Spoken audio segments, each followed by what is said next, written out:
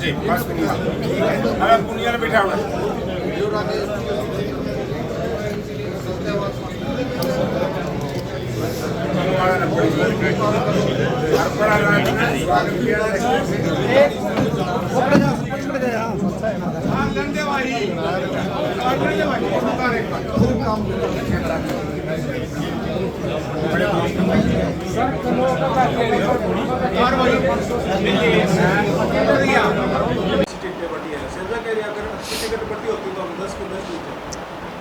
देखिए, ये तो वो क्या कह रही है मुझे तो नहीं पता इस मामले में।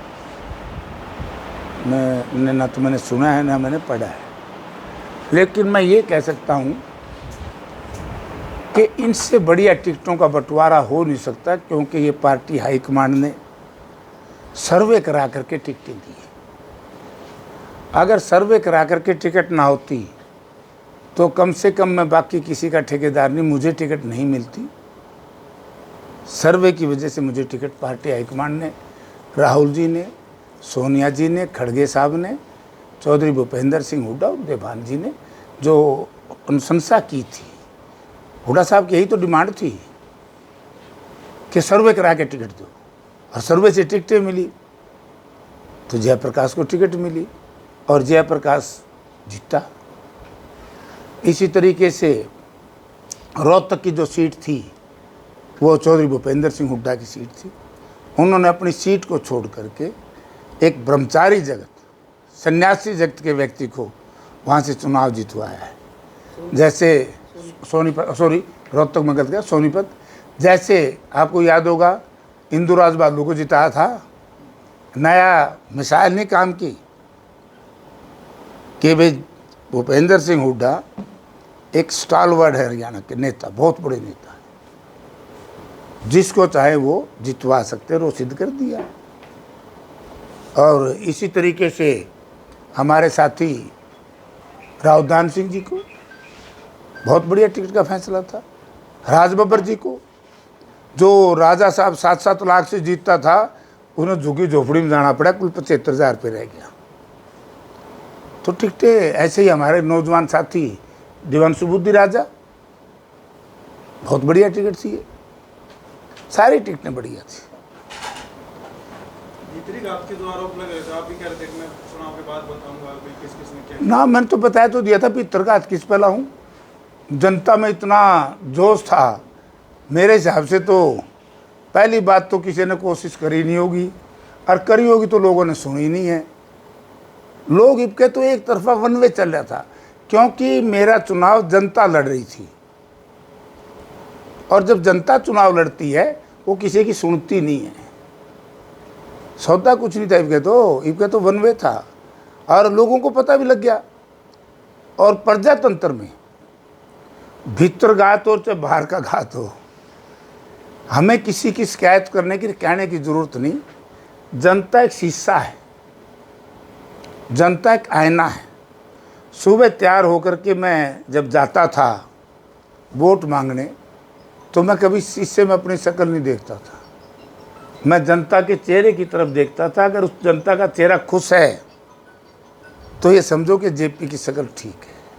अगर जनता के चेहरे पर त्योड़ी चढ़ी हुई है माथे पे, तो समझो कि मेरी शक्ल खराब है। अब की बार जनता का चेहरा बड़ा खुश था, जयप्रकाश का दिल बड़ा खुश था, तो इसलिए क्या किसी की पैर पूर पड़ी नहीं होगी, और जो किसी ने करी होगी भाई लोग देख लेंगे, तो लोगों का सारा छूट रहा है। लोगों को सब पता है, जनता सब जानती है। आपको कोई इस तरह की रिपोर्ट नहीं है? मैंने बेरा है कोई नहीं, जनता ने बेरा है। जनता आपको कर ली फैसला, यार आप क्यों लटम लटा हुआ इस बात का बेरा है कि जनता ने बेरा है, लेकिन खुद नहीं पता ना। मन नहीं बेरा, मैं क्या ने बेरे रखूँ था, मैंने कभी ज़िंदगी में नहीं रखा। अरे भाई, इस तरह की चीज़ें छोटी चीज़ें हैं, ये होता रहता है। विश्वासघात, मित्रघात, धोखेबाजी, ये कई लोगों की फितरत होती है, वो करते रहते हैं, उनका चिंता का विषय नहीं है। कांग्रेस के तो 42 स्टार प्रचारक थे, उसमें सिर्फ 2 ही आए, हुड्डा साहब और उदयवान जी। बाकी तो 40 आपके आए। मैंने तो जिनकी जरूरत समझी बुला ली भाई, क्या जिनकी ज़रूरत थी वो बुला लिए। और वैसे भी सिस्टम ये है, जो हमारा दिल्ली हाईकमांड के स्टार प्रचारक हैं उनका फैसला तो करती है हमारी कैंपेन कमेटी, जो प्रदेश की प्रचार समिति है, वो करती है कौन नेता किस असेंबली में जाएगा। और जहाँ तक होता है स्टेट लेवल के लीडरशिप की बात, वो हमारी कैंडिडेट की है, किसी ने बुलाना किसी ने नहीं बुलाना। तो दो ठीक समझे मैंने, दो के पल्ले वोट थी उदय भान जी के, क्योंकि आप एक बात सोचिए, इस पर विचार करना है। और किया आदमपुर के चुनाव के बाद, जब मैं आदमपुर में ये कहता था कि स्वर्गीय चौधरी चांद राम जी के बाद अगर दलित समाज का नेतृत्व दलित समाज में स्वीकार्य हुआ है तो उदय भान जी का हुआ है, और उसका रिजल्ट भी आया। कई लोगों को थोड़ी सी महसूस भी हुआ कि भाई जयप्रकाश जी क्या कह रहे हैं। रिजल्ट क्या आया कि हम ऐलनाबाद बाई इलेक्शन में बुरी तरीके से हारे, और शायद 2-3 महीने के बाद आदमपुर था, तो हर दलित बूथ के ऊपर हम जीते बूथ पे। तो उदय भान जी ने मेहनत की। तो इसी तरीके से आज हरियाणा में चौधरी भूपेंद्र सिंह हुड्डा के चेहरे को वोट है। तो इसलिए दोनों की जरूरत थी। जो हाईकमांड हमारी है उसका फैसला हमारी कैंपेन कमेटी ने करना था। प्रदेश के जो स्टार प्रचारक थे, मैं दोनों की आवश्यकता थी, मैंने बुला लिए। रणजीत जी आरोप लगा रहे हैं बीजेपी के कई नेताओं पर, कैप्टन बराड़ा पर, कि उन्होंने धोखा दिया। आप उस पर कुछ कहना चाहोगे? मैं क्यों कहूँ, रणजीत जाना है उसके आदमी जाना है। रणजीत पे आरोप लग रहा है। मैंने तो पढ़ा था भाई, सच्चा झूठा तो वो फैसला कर देंगे। तंवर साहब कह रहे हैं कि रणजीत ने कांग्रेस की मदद करी है। रणजीत सच है तो पुराना कांग्रेसी, और सारे कांग्रेसियों से संबंध भी हैं। अब उसके बीजेपी आने से भी संबंध हो रहे हैं, तो रणजीत बतावेगा। अब सांसद के तौर पर 18 तारीख से जब लोकसभा शुरू हो रही है, 24 से आपकी क्या प्राथमिकता हिसाब को लेकर आप क्या इशू हैं? देखिए, हमारा एक प्राथमिकता है अग्निवीर। अग्निवीर के बारे में हम पार्लियामेंट में उठाएंगे। सेकंड है एसएससी के एग्ज़ाम नहीं हो रहे बहुत दिन से। भारत के प्रधानमंत्री ने जनता के सामने वायदा किया था, जिसका अब खामियाजा भुगतना पड़ेगा प्रधानमंत्री जी को, और असेंबली में और भुगतना पड़ेगा, कि मैं हर साल 2 करोड़ बच्चों को रोज़गार दूंगा। एग्ज़ाम ही बंद कर दिए, रेलवे की भर्ती बंद कर दी। और ये आज जो कह रहे थे ना कई बीजेपी के भाई, बोला कांग्रेस ने झूठ बोल के वोट ले लिए कि संविधान कहाँ ख़त्म हो रहा था। उन छोटी सोच के साथियों को जो बीजेपी के लोग हैं बताना चाहता हूँ, वो जनता के साथ धोखा कर रहे। कौशल रोजगार निगम के तहत जो बच्चे लगते हैं उसमें रिजर्वेशन नहीं है, और इन्होंने टोटल भर्ती कौशल रोजगार निगम के तहत शुरू कर दी। तो ये रिजर्वेशन ख़त्म कर रहे हैं कि नहीं कर रहे हैं? आप खुद पत्रकार हो, आप भी इस बात को देखो। आप पत्रकार के साथ साथ एक नेक इंसान भी हो, आप इस देश के मतदाता भी हो। आपका भी ये देश है, ये नेताओं का देश नहीं, सबका देश है। क्या ये पॉलिसी ठीक है, इनकी गलत है कि नहीं है? अब शहरों में इन्होंने प्रॉपर्टी आईडी बनाई, लाखों का हजारों करोड़ रुपये वह कंपनी लेकर दौड़ गई। क्या उसको दोषी ठहराया? वो पैसा उस कंपनी से लिया। अमृत योजना में कितना बुरा हाल किया है, सैकड़ों हजारों करोड़ रुपया लूट के खा गए। तो ये चीज़ें हैं सारी, ये मामले क्योंकि केंद्र सरकार के प्रोजेक्ट हैं। ये हम केंद्र सरकार से बात करेंगे। पुलवामा है, अब पुलवामा में जो कुछ हुआ बुरा हुआ, और पुलवामा का अपमान का बदला लेने के लिए हमारी सरकार ने, भारत के प्रधानमंत्री जी ने सर्जिकल स्ट्राइक की कि नहीं की? और सर्जिकल स्ट्राइक के बाद लोगों में एक आया कि भाई इन्होंने बहुत अच्छा काम किया। ठीक है, अच्छा काम किया, मैं अच्छा काम मानता हूँ। सर्जिकल स्ट्राइक करना, हमारा अपमान का बदला लेना अच्छी बात है, सरकार से किसी की भी हो। मगर मेरी एक व्यक्तिगत लड़ाई है कि पुलवामा की जांच होनी चाहिए कि नहीं होनी चाहिए थी। आज लगभग 6 वर्ष के बाद पुलवामा की जांच का यही नहीं पता वो कहाँ खड़ी है, हो रही है कि नहीं हो रही है। हो रही है तो कौन उसमें दोषी है? क्योंकि 2 या 3 क्विंटल RDX उसमें यूज़ हुआ था। उसमें कम से कम इस देश की जनता ये जानना चाहेगी और चाहती है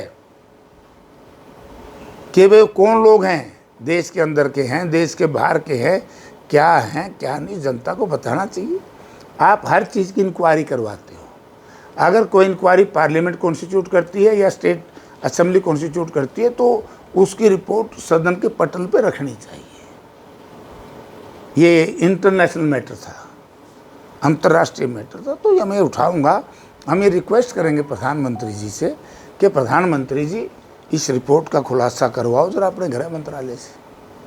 तीसरा, जो किसान शहीद हुए हैं उनकी जो शहादत है उसमें किसी की रिस्पॉन्सिबिलिटी तो फिक्स होनी चाहिए। कितने लोग शहीद हुए हैं, लाखों करोड़ रुपए की बर्बादी हुई देश में। तो ये काफ़ी चीज़ें हैं। रोजगारी को लेकर के मैंने, बेरोजगारी को लेकर के मैंने कह दिया। 2-3 चीज़ें ऐसी हैं जो हमारी अब भी पेंडिंग पड़ी है। एक तो निजीकरण के खिलाफ हम आवाज़ उठाएंगे। निजीकरण इस देश में नहीं होना चाहिए। आज जो देश के चंद बड़े घराने, केवल जो लोगों में एक शंका है, एक मानसिकता बन गई है कि वो इनके लिए काम कर रहे हैं, तो निजीकरण के खिलाफ हम ज़रूर ये बात करेंगे कि इस देश में निजीकरण क्यों हो।